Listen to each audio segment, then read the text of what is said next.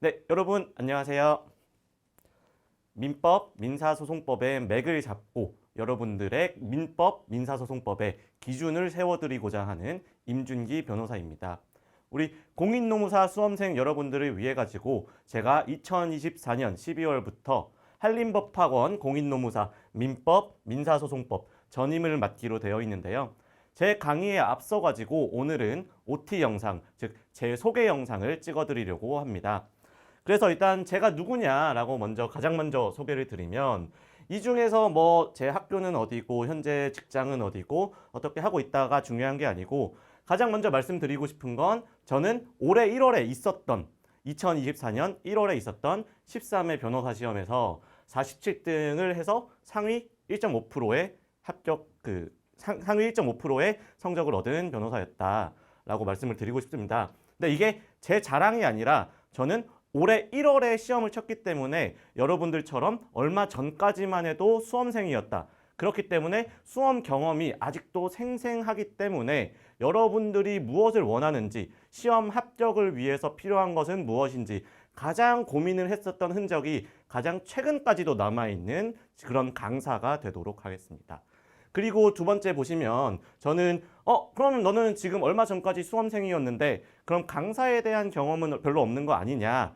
그래서 제가 말씀드리고 싶은 건 저는 이번 시험이 저희가 1월에 변호사 시험이 끝나고 4월에 발표가 나는데 1월에 시험이 끝나고부터 곧바로 해커스 변호사에서 민사법, 민법, 민사소송법, 상법에 멘토 변호사로서 활동을 하면서 매 순환별 시험에 복습도 시켜드리고 스터디도 진행을 하면서 강평, 해설, 스터디를 진행하면서 강의에 대한 경력을 쌓아왔다라는 말씀을 드리고 싶습니다.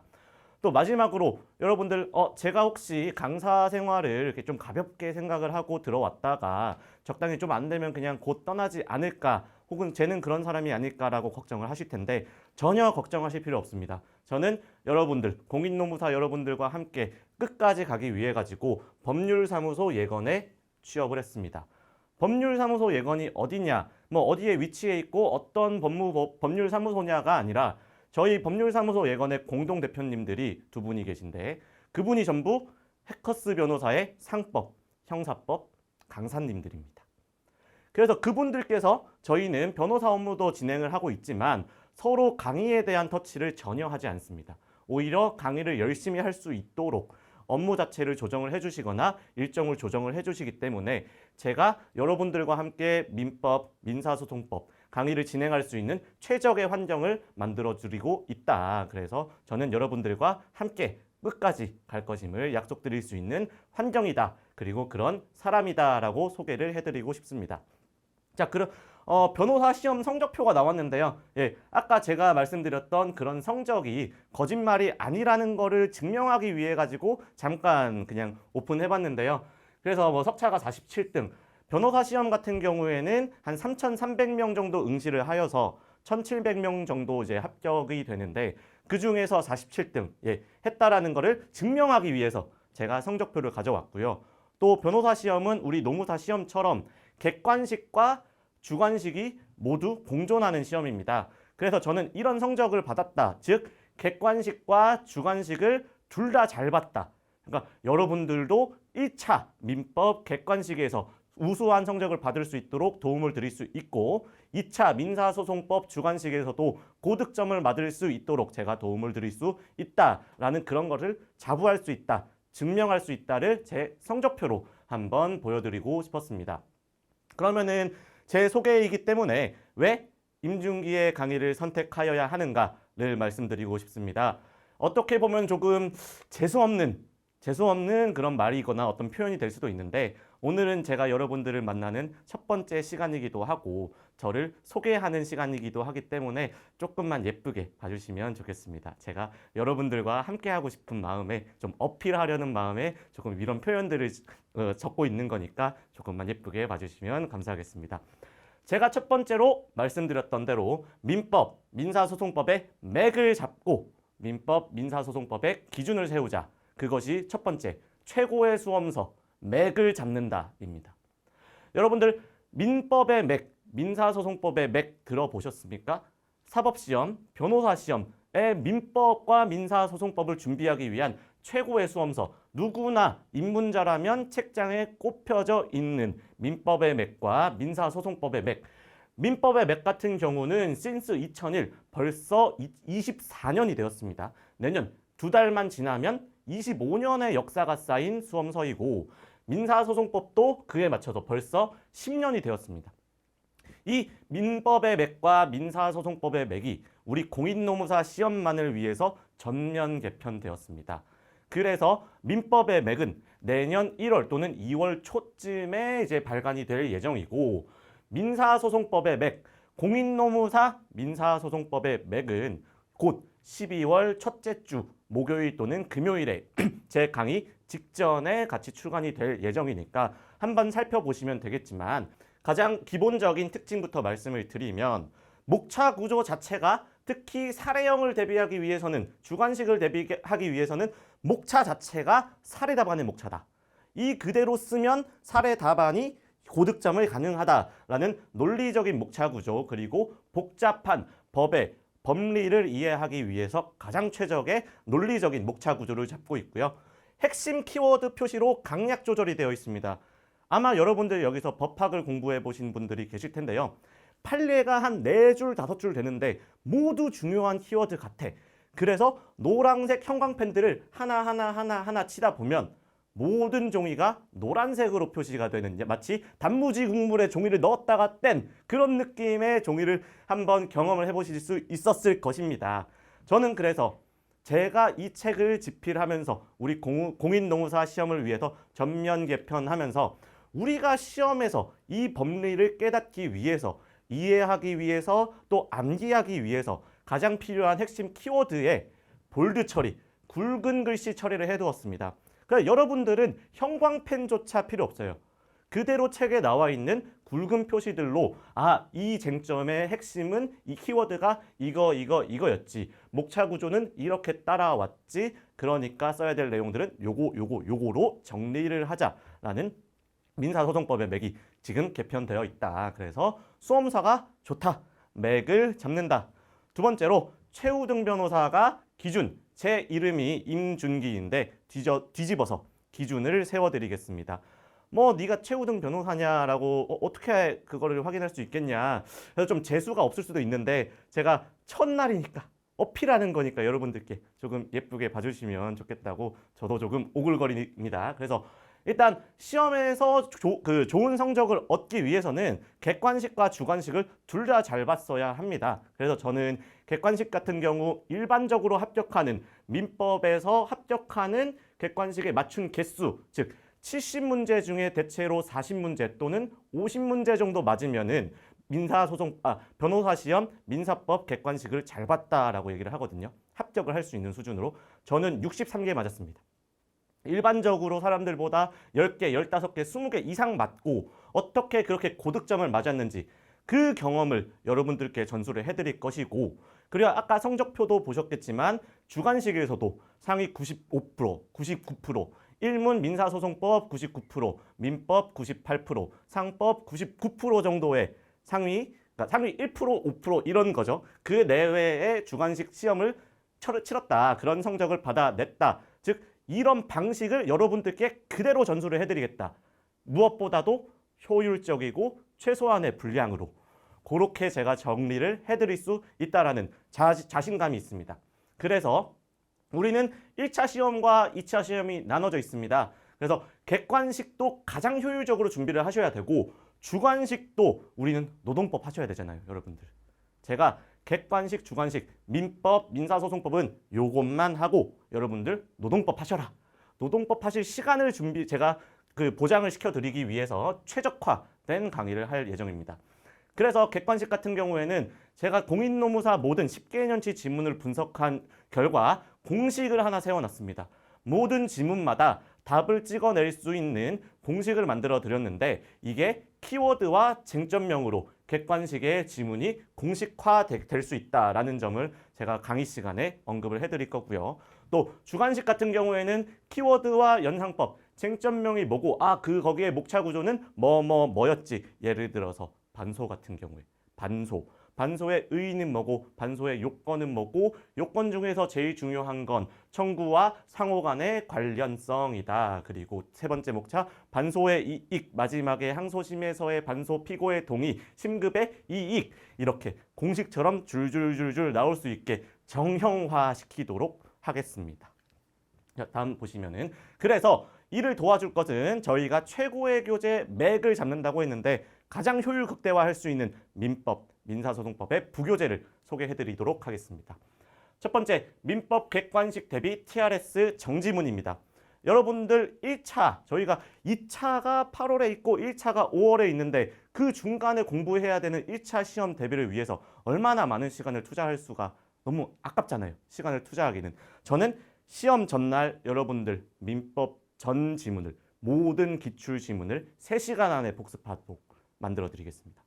이게 과장이 될 수가 없는 게 실제로 변호사 시험에서 유명한 TRS 정지문, 헌법, 행정법 정지문 책으로 시험 전날 3시간 복습 끝이라는 마법이 펼쳐지고 있습니다. 이걸 제가 공인노무사 여러분들을 위해서 민법으로 변환해서 똑같은 마법을 펼쳐드리고자 합니다. 그래서 키워드 쟁점명이 표시된 정지문이 하나가 있고요. 그 정지문 지문 1, 2, 3, 4, 5, 6, 7, 8 가가지고 1500, 1800개 지문까지 하는데 그와 동일한 번호 순서대로 구성되어 있는 OX 문제집까지도 같이 나가니까 OX로 문제 푸는 연습을 하시고 마지막 복습은 정지문으로 빠르게 회독을 한다. 그거를 저와 함께 같이 3회독을 하시면 시험 전날 민법은 3시간만 투자할 수 있다. 3시간만 투자해도 우리가 합격하는데 전혀 지장이 없겠다라는 방식으로 공부를 시켜드리고자 합니다. 자, 그래서 예시를 보여드리겠습니다. 우리 2024년 노무사 시험에 대한 정지문 자료입니다. 제가 이제 급하게 만들었는데 그래서 대체로 지문이 이렇게 5개가 있으면 지문마다 핵심이 되는 키워드들을 제가 이렇게 빨간색 또는 볼드 처리로 체크를 해 두었습니다. 그래서 가장 중요한 건 빨간색 핵심 키워드 그리고 결론을 내기 위해 가지고 더 언급해줘야 되는 요 굵은색 글씨 요게 합쳐진 것이 마지막 위에 파란색 글씨로 되어 있는 쟁점명이거든요. 그래서 우리가 핵심 지문 총정리 OX로 문제를 푼 다음에 요 정지문을 보면서 여러분들이 이 지문에서는 뭐가 틀리게 나왔었지 또 이 지문에서 정답을 찍기 위해서는 뭐가 가장 핵심 키워드였는지 체크를 할 수 있게 만들어 드릴 수 있고 그리고 마지막에 복습할 때는 이렇게 쟁점명들만 따로따로 모아 놔가지고 마지막에는 이것만 보고 3시간 안에 모든 지문을 복습할 수 있게 만들어 드린다고요. 그래서 TRS 정지문은 내년 문제풀이 강의 2월 중순부터 시작하도록 할 것입니다. 그럼 이제 민사소송법은 어떻게 준비를 합니까? 비슷한 게 있습니다. 똑같이 있습니다. TRS 쟁점 답안지라고 이미 입법고시, 행정고시, 변호사 시험에서 유명한 TRS 행정법 쟁점 답안지가 있습니다. 그 특징은 시험장에 들고 가는 무엇보다 실전 분량 쟁점별 핸드북입니다. 한 손에 들어옵니다. 이것만 드르륵 펼쳐보면 그날 복습 끝이 될 수 있도록 제가 쟁점 답안지를 공인노무사를 위한 민사소송법 버전으로 출간할 예정입니다. 실제로 이것은 저희가 다음 주 목요일 11월 28일 오후에 있을 민사소송법 3개년 기출해설 강의에서 제가 기출해설된 그 쟁점에 관한 쟁점 답안지를 여러분들께 샘플 자료로 나눠드릴 예정입니다. 그리고 또 기본 강의가 12월 9일 월요일부터 진행하는 기본 강의에서 각각의 진도별 핵심 쟁점에 필요한 쟁점 답안지를 또 자료로 나눠드릴 예정입니다. 요거를 또 보시면 그래서 쟁점별로 목차 구조가 나오는 거고요. 조문 판례 키워드가 자동으로 연상되는 거고요. 단계별 키워드로 쟁점 내용을 확장, 연상하는 훈련을 계속할 수 있습니다. 살펴보시면 예시로 보여드리겠습니다. 자, 예비적 선택적 공동소송 이번에 2024년 공인노무사 민사소송법에 나온 내용이었습니다. 예비적 선택적 공동소송 일단 조문부터 떠올립니다. 70조. 그 다음에 요건은 뭐고 요건 다음에 나와야 되는 것은 예비적 공동소송인의 추가가 가능한지 그리고 나서 동택 상소 예비적 피고 추가의 요건 이렇게 해서 의의 예비적 피고 추가의 허용 여부 마지막에 요건으로서 동일한 사실관계에 대한 법률적 평가를 달리하여 이렇게 길게 외우지 않고 두 문자를 따고 위에 정리한 키워드로 우린 마지막에 복습하고 들어가게 됩니다. 그래서 이 쟁점명을 보고 밑에 키워드를 보고 조문 내용을 봤을 때 밑에 내용이 자동적으로 연상이 되면 여러분들은 시험 전날 1시간 안에 민사소송법을 복습하게 될 수 있게 되고 그걸 제가 만들어 드리겠습니다. 그래서 구체적인 예시를 보시면 사례 단문이 동시에 대비가 됩니다. 이걸 그대로 쓰시면 단문 대비가 되는 것이고요. 이 내용에다가 마지막에 포선만 빵빵하게 해주시면 사례 문제가 대비가 되는 것입니다. 그래서 저는 여러분들이 사례 연습을 계속 할 수 있도록 영순환부터 기본 강의부터 즉 최소 3번은 사례를 직접 써서 포섭은 이렇게 하는 것이다. 목차 구조는 이렇게 하는 것이다 라고 실전 훈련을 시켜드릴 예정입니다. 그리고 시험 직전 우리가 2차 시험을 쳐야 되는 시험 직전 1회독 무료 특강도 진행을 해서 같이 자 쟁점 답안지 피시죠? 1번부터 마지막 쟁점까지 1시간 안에 끝내드리도록 하겠습니다. 자 마지막입니다. 강의 특징입니다. 극한의 효율입니다. 저는 이제 경제학부를 졸업을 했기 때문에 최소한의 시간으로 최대한의 만족을 얻는 것을 추구하는 타입입니다. 제가 변호사 시험에서도 그렇게 공부를 했고 여러분들에게도 그렇게 공부를 하라고 권해드리고 싶습니다. 공인노무사 시험에서 무조건 합격하기 위해서 잡아야 되는 과목은 노동법이죠. 변시에서는 민사법이 그랬습니다. 그래서 다른 선생님들이 전부 다 야 너네 이거 할 시간에 요것만 하고 민법 해라고 했는데 저도 여기 공인노무사 시간에서는 여러분들 민법과 민사소송법은 요것만 하자. 이것만 해도 민법은 합격하는데 지장이 없고 민사소송법은 60점 이상 고득점 맞는데 지장이 없다. 그 남는 시간에 뭘 하자? 노동법을 공부하자. 그래서 전략적으로 수험 전략적으로 최소한의 분량으로 모든 쟁점을 달아주는 새로운 기준을 제가 세워드리겠다라는 게 저의 목표입니다. 자, 다음으로 시험장에서 떠오르는 핵심 키워드로 정답을 맞추는 성과입니다. 제가 시험장에서 객관식이든 객관식 각 지문의 답이든 주관식의 쟁점, 목차, 키워드 구조이든 어쨌든 간에 시험에서 답을 떠올 수 있도록 제가 만들어 드리겠습니다. 그 동일한 핵심 키워드로 몇 번을 1년의 순환을 거치고 나면 여러분들은 시험장에 갔을 때 저의 목소리가 생각난다든지 키워드가 생각난다든지 아니면 두 문자가 생각이 나서 답을 맞출 수 있도록 제가 연습을 시켜드리도록 합니다. 그리고 또 가장 중요한 쉬운 난이도. 저 같은 경우는 어렵게 민사소송법을 처음에 공부를 했었기 때문에 민사소송법을 이해하는데 3년이 걸렸습니다. 어렵게 그저 두꺼운 교수저를 가지고 혼자 독파를 하려다 보니 잘못된 습관을 가져서 3년이 걸렸습니다. 근데 우리 공인노무사 시험 여러분들 동차 합격하셔야 되고요. 동차는 안 되더라도 다음에는 무조건 제가 합격시킬 수 있는 그런 점수를 맞을 수 있게 쉽게 설명해 드리겠습니다. 이해가 필요 없습니다. 듣기만 하면 아 이게 민사소송법이구나. 민법이구나. 민사소송법이구나. 일상 용어와 구체적 예시를 들어드리면서 여러분들이 강의를 듣기만 해도 아 그거구나 라고 쉽게 설명을 해드리도록 하겠습니다. 마지막입니다. 강사가 직접 관리하는 자기주도적 학습. 뭔가 직접 관리와 자기주도적 학습이 모순되어 보입니다. 하지만 같이 갈 수 있습니다. 저는 순환별 매일 진행되는 강의 시작 전 또는 강의 끝난 후에 스터디를 진행하면서 질문과 답변하는 스터디도 진행을 할 거고요. 이전 시간에 배웠던 내용들을 누적적으로 복습하는 복습 스터디까지도 진행시켜 드릴 겁니다. 그리고 나서 여러분들은 그 스터디에 했던 내용들로만 매 순환별로 다시 한번 공부를 하시면 1순환만 맞췄어도 2순환 맞히고 3순환 맞췄을 때 여러분들은 합격에 한 걸음 더 가까워져 있을 것입니다. 그래서 제가 아까부터 계속 말씀드린 효율적인 키워드 중심으로 그것만 체크를 하자. 키워드까지도 제가 다 잡아드린다. 여러분들이 이게 중요한지 저게 중요한지 고민할 시간도 아깝다. 그 시간도 제가 아껴드리겠다라는 목표로 저는 여러분들과 함께 강의를 하도록 하겠습니다. 네, 누구나 편하게 질문하고 상담을 받으시면 됩니다. 여러분들 시행착오를 줄이셔야 합니다. 민법과 민사소송법에서 시간을 아껴서 노동법에 시간을 쓰세요. 네, 그래서 오픈 카톡 아이디 임준기 변호사 괄호치고 민법, 민사소송법 하면 제가 나오고요. 네이버 카페도 임준기 변호사의 민사법 기준이라고 네이버 카페도 오픈을 해 두었습니다. 그것도 귀찮으시면 이메일 하나 보내주시면서 선생님 제가 민사소송법 2차를 민사소송법을 고민 중인데 과연 해도 될까요? 진입해도 될까요? 어렵진 않나요? 라는 부분에 대한 제가 상담이든 답변이든 자세하게 해드릴 예정이고요. 또 민법 같은 경우에도 민법이 도저히 이해가 가지 않아요. 뭐 쉽게 할 수 있는 방법이었을까요? 제가 공식을 알려드리겠습니다. 정답을 맞출 수 있는 공식.